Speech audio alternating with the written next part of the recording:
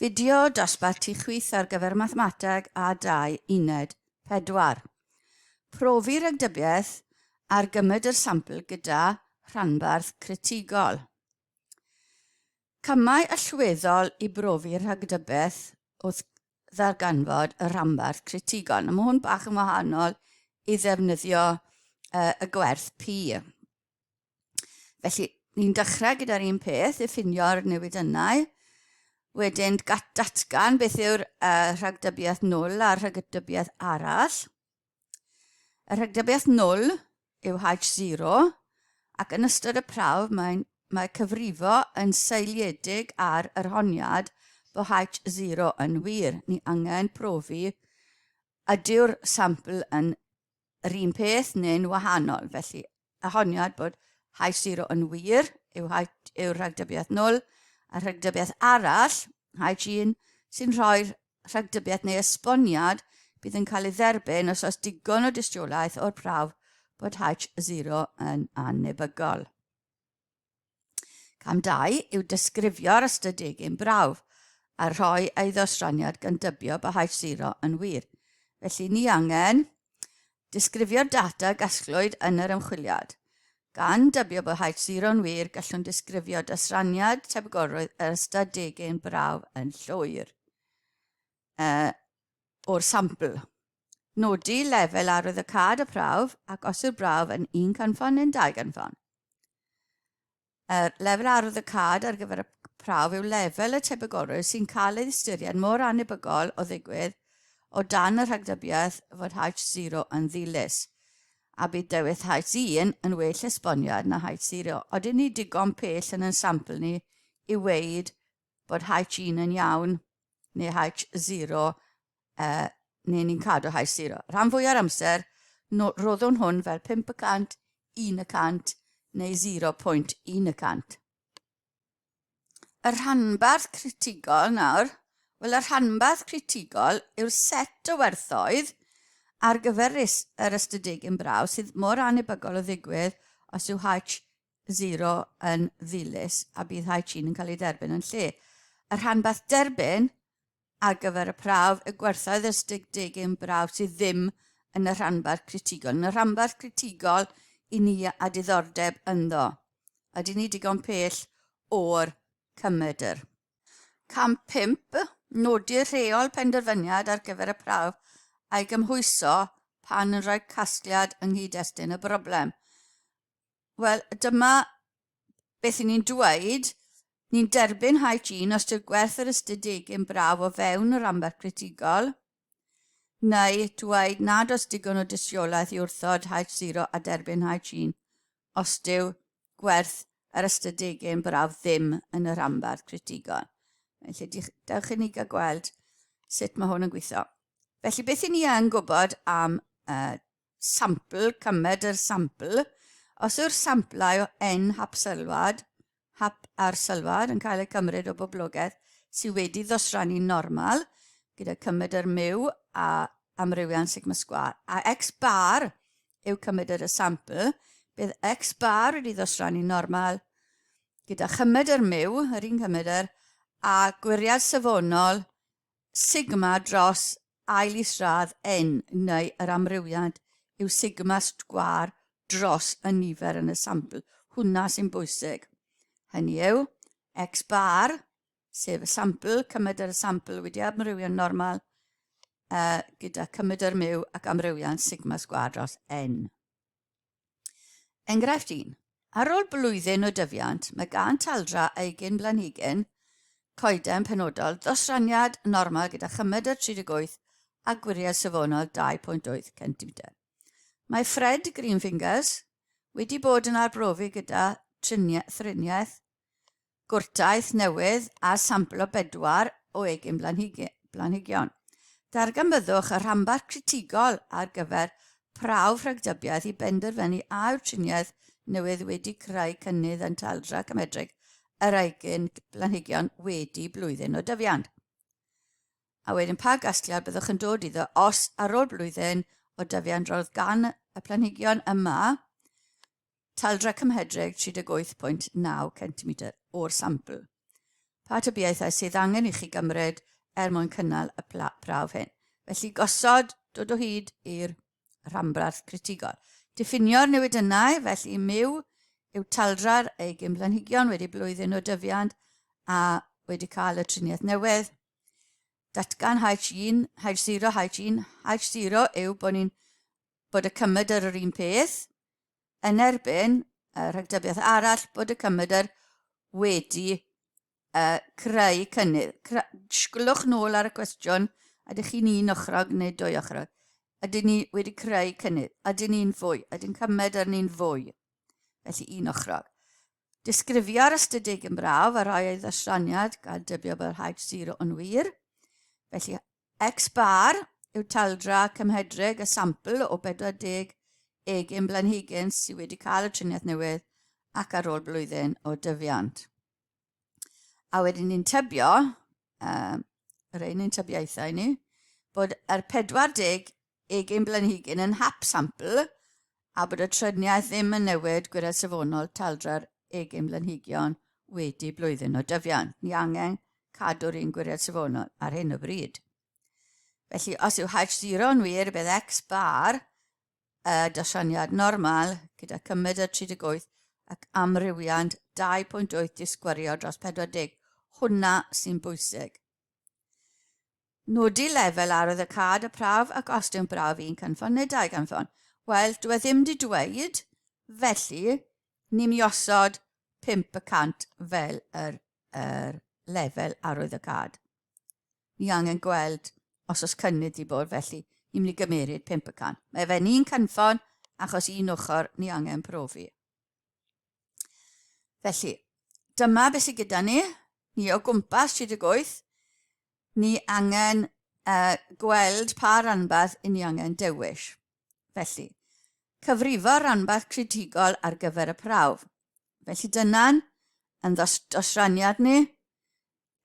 Ni angen X bar yn fwy na C, rhyw ranbarth, rhyw le critigol lle mae y tebygolrwydd yn 5% neu 0.05. Nawr mae'n cyfrifiannus ni wneud lan hyd at. Felly edrych ar y pwynt yna, mae'r arwynebedd o flaen hwnna 95%. Felly lan hyd at C, yr arwynebedd yw 0.95.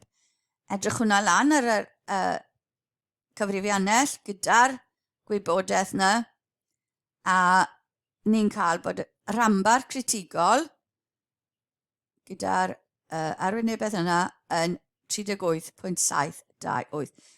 Cyfrifwch chi ar eich cyfrifiannus, chi'n gweithio eich dosraniad normal. Sianol gwrth wneud y rambarth normal, felly dyna beth dylech chi fod yn cael. 38.728. Felly yn rhanbarth critigol ni yw bod X bar yn fwy na hwnna. Hwnna yw'r cut-off os chi angen. Felly, reol benderfyniad, so ni'n penderfynu derbyn H1 os yw X bar yn fwy na 38.728, neu fel arall ni'n gweud bod dim digon o dystiolaeth i wrthod H0.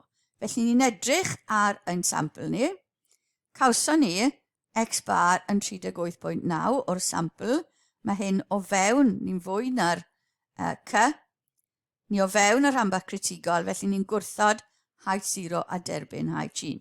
Ond mae rhai ni weid hwnna yng nghyd-destun y broblem. Felly mae'r arbrawf yn rhoi tystiolaeth arwyddocaol ar gyfer lefel 5% i dderbyn y syniad bod y cwrtaeth newydd yn cynyddu taldra cymedreg ar egin blanhigion wedi blwyddyn o dyfiant. Enghraifft 2.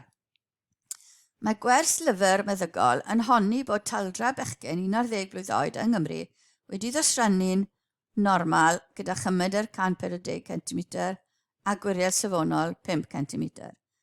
Mae ystadegydd angen profi a yw hyn yn wir wrth ddewis sampl o 50 bachgen Cymreig 11 blwydd oed.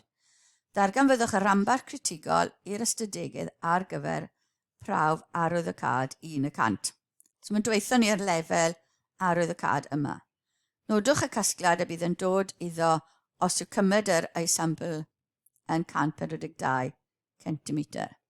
Felly gosod yr broblem i fyny. Miw yw cymryd yr taldra bechgyn Cymreig 11 blwydd oed. Ni angen profi bod miw yn 140 yn erbyn bod miw ddim yn hafal. A mae'r ystadeg yn angen profi a yw hyn yn wir, felly ddim yn hafal, felly 2 gynffon. X-bar yw cymryd yr taldra hap sampl o 50 bachgen cymedrig Cymreig 11 blwydd oed. A pa tybiaethau sydd gyda ni? Wel, bod yn hap sampl a bod y gwers lyfr yn weddol diweddar ac yn dweud a bod yn gywir a dweud bod taldra bechgyn yn normal gyda gwiriad safonol 5. Felly ni angen cadw'r 5 a cadw'r 140. Felly ni angen bod y llyfr yn weddol gyfredol. Felly mae X-bar wedyn mynd i fod adrosyniad normal 140 ac amrywiant 5 sgwâr dros nifer sef 50. Dyma'n graff ni wedi lleoli o gwmpas y 140.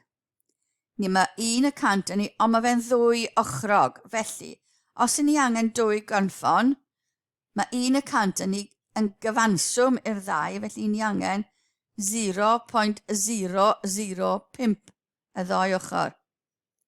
Felly ni mae'n hanner y cant y 2 ochr.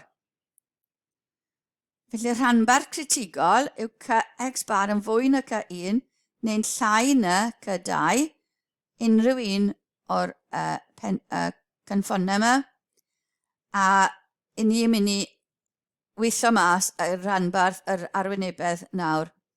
Ni'n gwybod yr arwynebedd. Ni'n mynd i weithio mas gwerthoedd y Cy1 a'r Cy2 fel bod y tebygolrwydd yn 0.005. Nawr, ni'n mynd i edrych ar, dyna'r gwybodaeth sydd gyda ni, ni'n mynd i edrych ar Cy2, sef yr un gwylod, achos cynffon ochr chwith i ni'n edrych lan. Ni'n edrych lan 0.005, gyda'r cymryd yna a'r gwiriad safonol yna, ail isradd 25 dros 50, yn dod yn 0.707. Mae'r cyfrifiannell, ni'n mynd i gwrthwneud dysraniad normal, a mae'r cyfrifiannell yn rhoi'r gwerth 138.17 i ni. Gwnewch chi'n siwr bod chi'n gallu cael y gwerthoedd yma hefyd ar eich cyfrifiannell. Felly ni angen y cynffon chwith, a ni'n cael 138.17.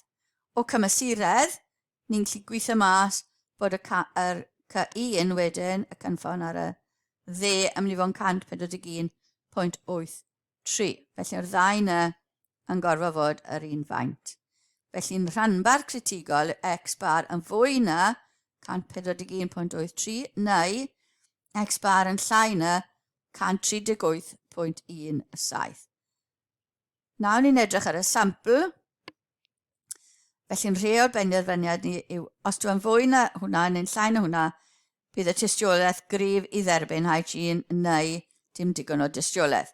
Felly ni angen edrych ar y sampl a ni'n cael 142 yn y sampl.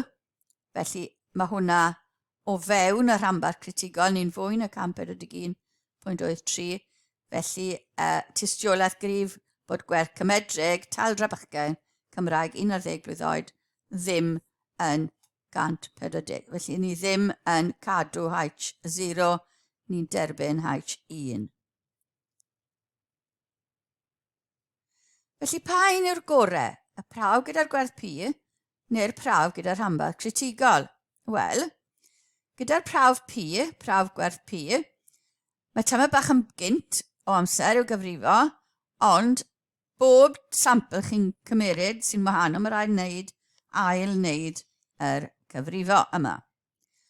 Ar gyfer y rhanbarth critigol, unwaith mae'r ystadegydd wedi cyfrifo'r rhanbarth critigol a nodi'r reol benderfyniad, gall y prawf gael ei defnyddio tro ar ôl tro gan unrhyw berson, dim rhaid fe fod yn ystadegydd.